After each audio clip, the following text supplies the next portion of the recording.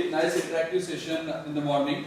So this afternoon session we have the resource person Dr. Praveen Innavar with us. He was with us from the morning, so we have already interacted with him. Let me introduce him. He got his PhD in 2011. And his topic of research was audio-visual speech recognition. He has published 2 books, textbooks. He has got a PhD, Department of Science and Technology major research project under fast track scheme for young scientists, worth of 18 lakh rupees. And his research interests, as you can see, are expression modeling and all that. So she has published more than 22 research papers in journals and international conferences and all. So I request Dr. Praveen to start the session. Thank you very much, sir. It is something like coming back to home. I was associated with this department in 2007, September 2007 to October 2008. I was here. So that is why I am saying it is good to come back again. Friends, I hope that you enjoyed first session. The first session was very interactive, and Dr. Ramesh has given you information related how you can deal with images, how you can open image, how you can perform some operation like morphological operation like opening, closing, histogram analysis, and afterwards you are able to subtract background, you are able to deal with the foreground objects, like you are able to count total number of foreground objects and all that. So this is again a very important aspect, right? You should look at it as a pattern recognition problem, right? And already I have given you assignment too, right? Hope that you will continue with that assignment. Now, the time we were finalizing the topics for this particular workshop, I had a word with Dr. Kole sir regarding what I can present here. He said, anything you wish, as general. So I think then I posed a topic to him, right? That I wanted to discuss one area, and which I feel that it is very important as far as any researcher is concerned, because you must develop a certain mechanism that almost all of you are doing, right? That you are writing a program, do some sort of data analysis, come up with the result, publish it, right? Get good paper and all that, right?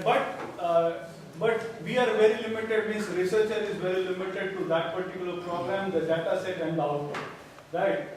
So I am much interested in putting one point in front of you all, that why can we develop a software kind of thing, or you can say a prototype kind of thing, or you can say a model kind of thing, which can work by other people, right? Which can be utilized by other people. So I am much interested in building GUIs, that is how graphical user interface can be developed and how it can be used in your research, so that once you design, while doing your PhD, you design a software, a prototype, right? You come up with result and you hand over that prototype to the next student who is in pipeline, right? So that software gets enhanced with the period of time, right? And good output can come out, right? And at the same time, what you can do is that you can plan it to post it on or keep it on the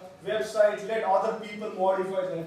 Because see, in research, whatever you get is the benefit.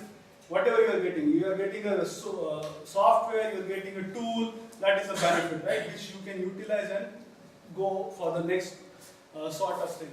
Dr. Ramesh has presented all his work in the GUI manner, right? So what he will be doing is that he is trying to develop a mobile apps. Right now he's developing the mobile apps for diabetic retinopathy. See, means what is the basic thing, that bringing MATLAB into mobiles, right? So that is again one area, and this thing can be very good if you develop some sort of a GUI which will handle your input data set, process it, produce some sort of result which you can use for further work. Right. At the same time, I'm planning to give you some details about the database. Right. It sounds difficult, right? Because we know that MATLAB is very good for scientific data processing. What is the use of a database here? Right. So database use is something like, see, almost all of you have a huge collection of images altogether into your research work, right? So what you can do is that you can perform a sort of indexing to keep your scientific details into a database, which can be utilized for further work, right? Can be done because keeping it into a MATLAB workspace, right, is in the form of variable only, right? So I think you all are aware of, like, you can put two-dimensional matrix directly into workspace. So you say save matrix, so it will save the data into .mat form, right? If you wanted to reopen it, what you can do, you need to write a command called load variable. That's it. So saving and loading will do for that. But what you are saving, you're saving a variable. What you are loading a variable. Now at the same time, if you wanted to design a good and robust system, right, it is your database plays an important role. So I am putting this concept in front of you, that how you can connect to open source databases, right? And I will give you demonstration about how you can connect MySQL, right, which is most famous database system, relational database management system, MySQL, with MATLAB, right? So what I am giving you, how you can define a product and how you can stain that product with the database, backend databases, right? So this is what is my outline of the work, right? And within the presentation itself, I will be putting in front of you some case studies, right? And you need to tell me the case studies, and we'll see that how it can be utilized, right? But whatever the solution that is required for that case studies, I'll discuss it first and then bring some solution for you. Right? No doubt that with the presentation itself there is a solution. Right? You can read that and tell me, oh, so this is required. So you can tell me that also. Right? So let us start with this. To start with this is to start with a very interesting quote. Right? That the true sign of intelligence is not knowledge. It is imagination. Right, so this is by Albert Einstein. So to start with very interesting quote is, true sign of intelligence is not a knowledge but about imagination. And while talking with the student, I said that, see, image processing is not dealing with the image into two-dimensional matrix. You have to live with the image processing. Right? Whatever you look is image. Whatever you do is image. Like if you live with the image processing, then only you say, yes, I am doing something in image processing. So that is what you wanted to do is your imagination. Right? What you have is your knowledge. Right? So let us start with this quote.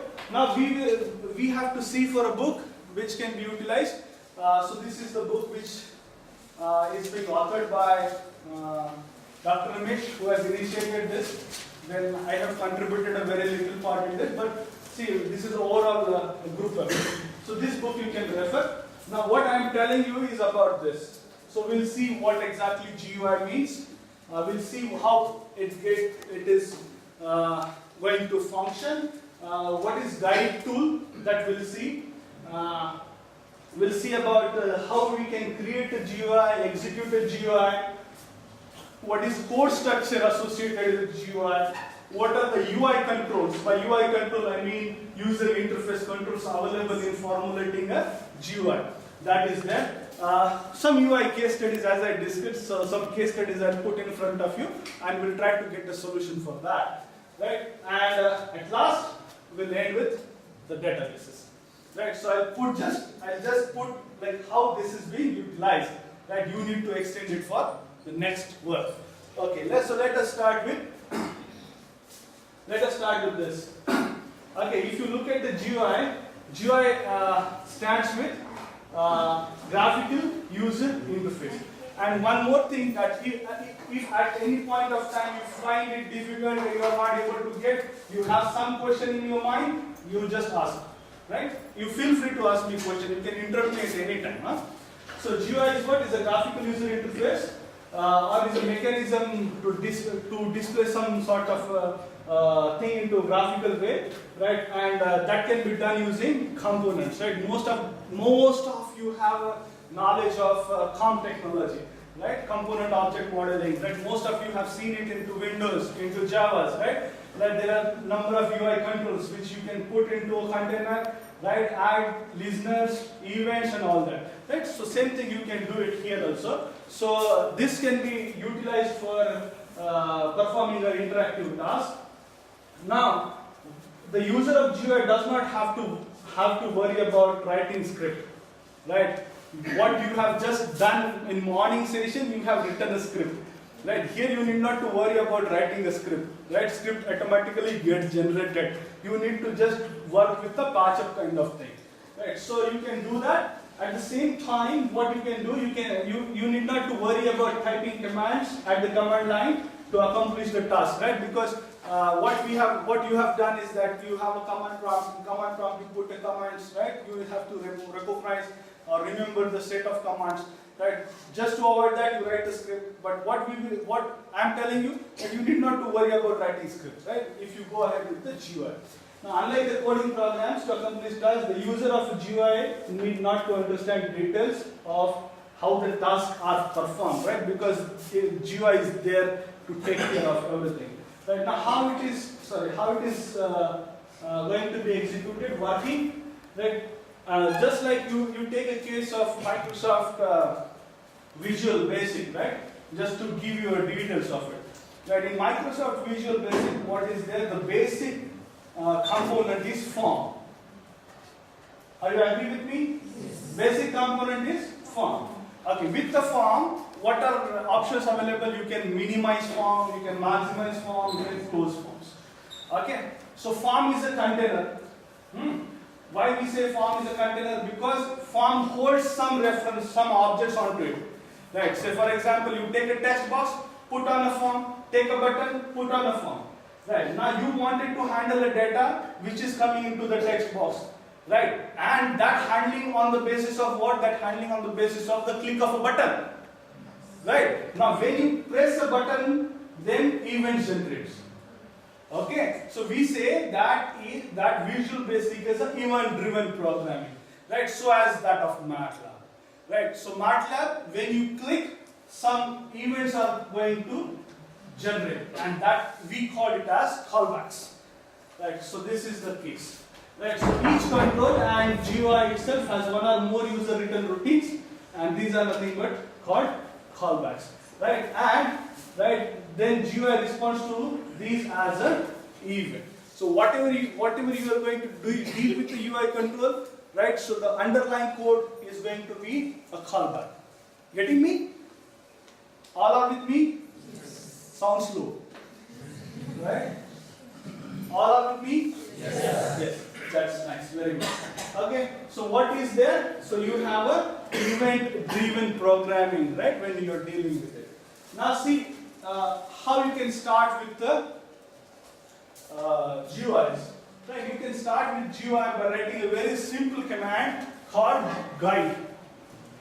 Right, so GUIDE. So you have to just write a very simple command called guide on the command prompt. Right, so this is the command prompt. Right, this is the command window. In command window, what you are going to type is GUIDE. Now, what GUIDE will give you? GUIDE will give you a figure window. Will create a figure window. I think in the morning talk itself, Dr. Ramesh has given you like I am show in bracket I. So I am show in bracket I. Where it is coming? It is coming on a figure window. It is coming on figure window. So that figure window we are trying to generate. And for us, that figure window is itself a container. Right? And what it contains? It will contain some sort of UI controls. Okay, so you can go with this. Let's see this. When you start this, this will give you two tabs. One is say create new GUI and open existing GUI. Fine. So this is what the type of templates you have got, right? Normally, if you start with Microsoft Word, it has a dot template file, right? So certain templates are there. So you can create those templates. So I used to prefer this blank GUI because I wanted to have my own controls onto that. Because template work when you try to carry the previous defined things, right? But every day you have a different problem with you, so you have to figure out what are my requirements and how to meet to that requirement. How do I meet to that particular requirement by collecting some sort of resources with me. So this is a blank GUI. Now you can, at the same time, what you can do is that you can put a file name here, right? So you can just save your file name, you can use it. You can use browse for selecting your file location, right? Normally the default location for all your resources in MATLAB is work directory. So that is called as a default workspace of MATLAB. Whatever you create, that gets added into that. But we don't want everything should be in the same folder, right? Everything into MATLAB workspace. We want that our programs should be placed separately, right? So that we have to select a certain folder, right, which contains our figure files. Right? So this is going to be there. Right, now see, please do keep in mind that all figure files have extension .fig. Right, all figure files have extension .fig. Whereas whatever script you write into MATLAB environment, that has an extension called .m. Now at any point of time you feel that you don't want to give your code away, right? I don't want to share my code, right? Because it is very fantastic program. Right, so I don't want to share. In that case, what you can do, you can transform your code into .p files. Right, now .p files are the executable format of MATLAB. Right, so that is called .p file. Now for dealing with .p, what you need? You need a MATLAB compiler. Right, MATLAB subsystem, that is called compiler, which takes your compiled program and gets into .p form. Once you have a .p form, you will never get a .m file. Right? You will get everything into an object executable form. So that is there. So I hope that the thing is clear now, that your figure file has .fig extension, your script file has m extension, and your executable file has .p extension. Right? Apart from that, whatever data you save into workspace of MATLAB has got .mat extension. .mat extension. Now for example, you wanted to go for a pattern recognition problem, right? Now take a case, right? I wanted to work with a pattern recognition problem of something, right? So I'll collect a data set. So I got, say, I got 10 subjects. And for every subject there are 7 samples, right? For every subject there are 7 samples. So how will you do? Yeah, that for all 10 subjects you will have 6 or say 5 or say, take a case, 4 as known sample and 3 as unknown samples. Right, just separate it. Known sample, unknown sample. So 10 multiplied by 6 sample or 10 multiplied by 4 sample is 40 known, 30 unknown samples.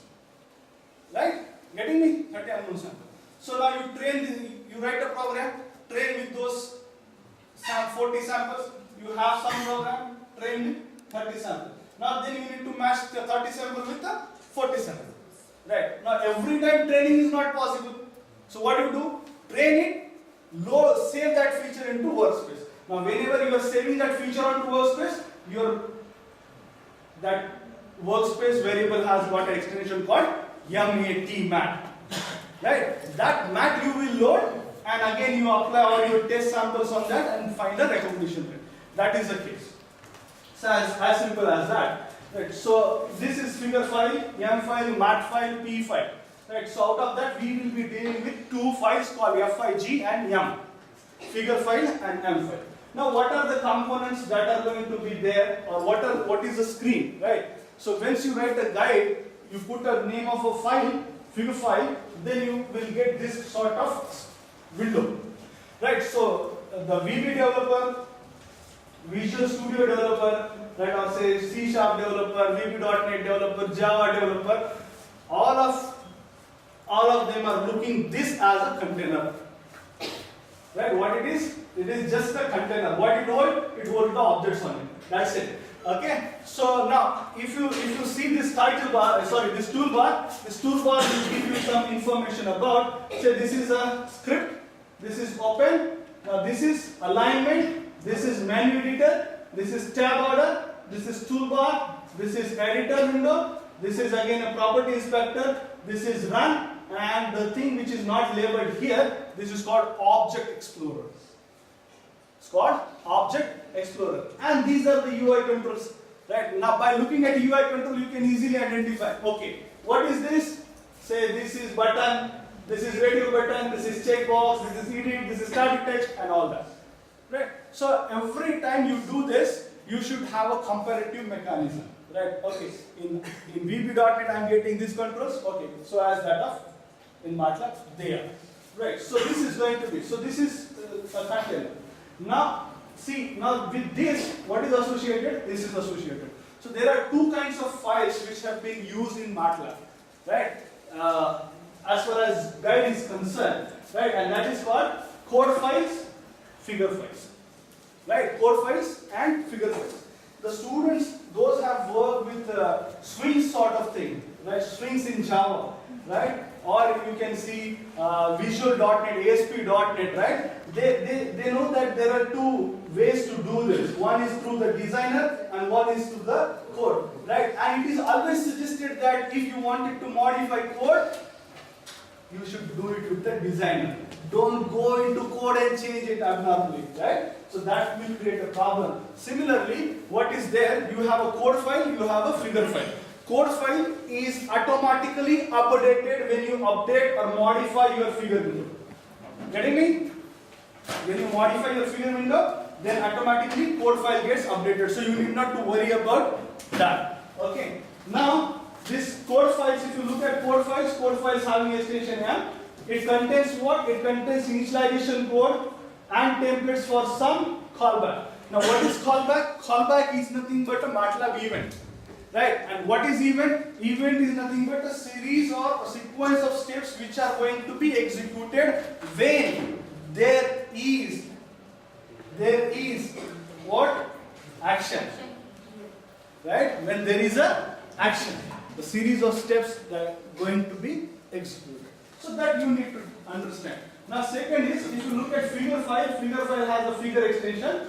It contains template description of GUI layout and each GUI component. Whatever you use, that component can be there. Now when you save your GUI file first time, guide will automatically takes you to open a default editor. Right? When you save it, it will directly open an editor. Right? So what is that? That editor is a code file associated with your figure. Code file associated with. Means you just have a figure file. When you save it, it directly open an editor. Means the code file associated with that figure. Now, it is important that the figure file and M file must be of same name. Right? You remember, you just recall your concept of Java. Right? What your teacher has said, whenever you write a Java program, class file name and a file name should be same. Why that? That is because the class file contains main and it is very easy to execute. That is the reason your teacher has said like that. But many people have used it in a very different way. Right? They least bothered about writing and naming to a file because they know that, okay, this is the class which I wanted to execute. So the time they execute a Java file or Java program, you execute a class containing main. Right? That is the case.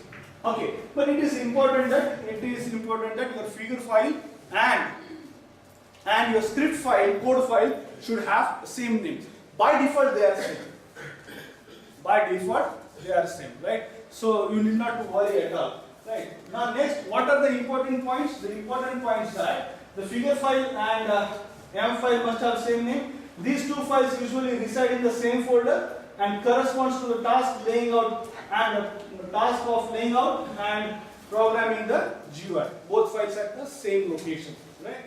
Okay. So when you lay out your GUI, the layout editor of your components and layout is stored into the figure file.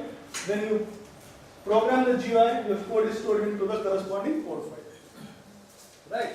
Now next, is it readable? Is this readable? From the last? No. Okay. Is this readable? Yes? Okay. That is it. That's it.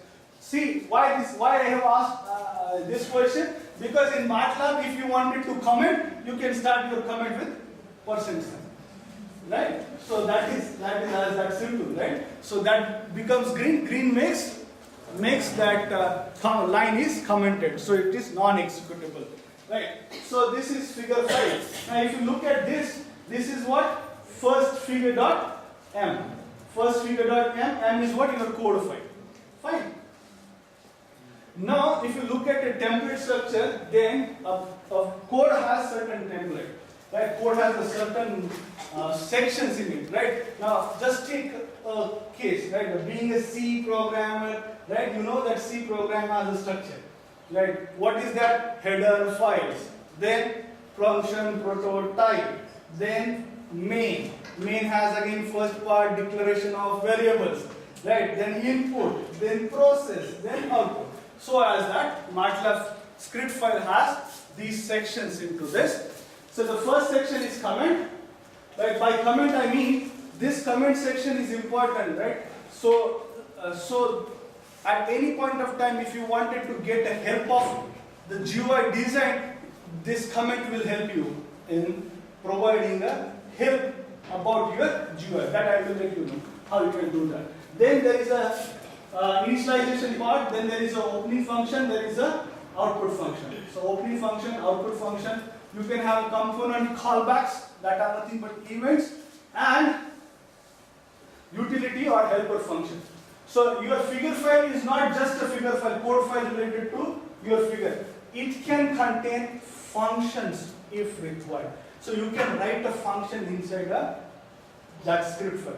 See, MATLAB is the only environment which has or which provides you information about how many arguments you are passing to a function and how many arguments you are returning from the function.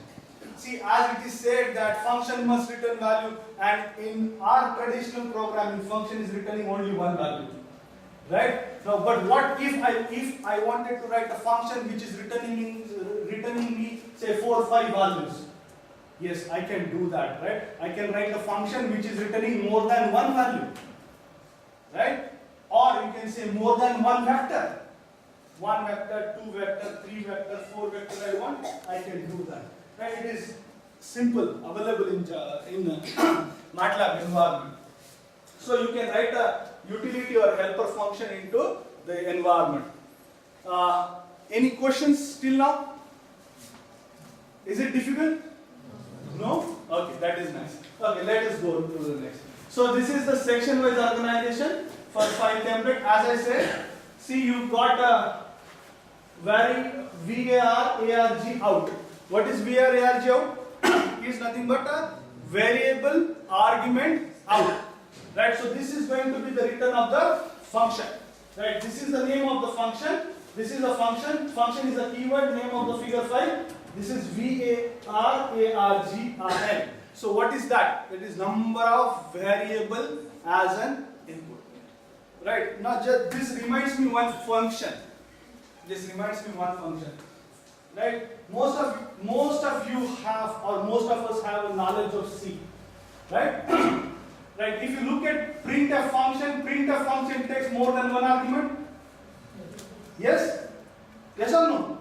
Like print with the integer, print with the constant string, print with the say some n number of variables. So print function means the C function has a capability where you can identify how many number of arguments are going to a print function.